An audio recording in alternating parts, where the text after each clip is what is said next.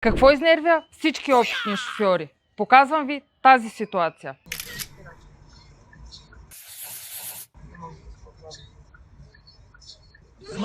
Защо спираш?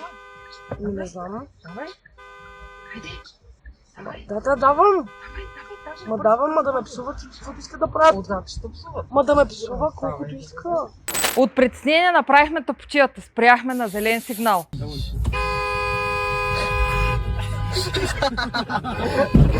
Нали не очаквате нашите курсисти да потеглят по този начин?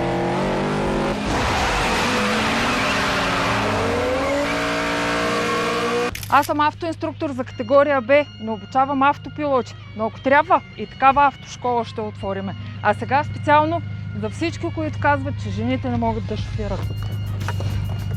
Това е за вас.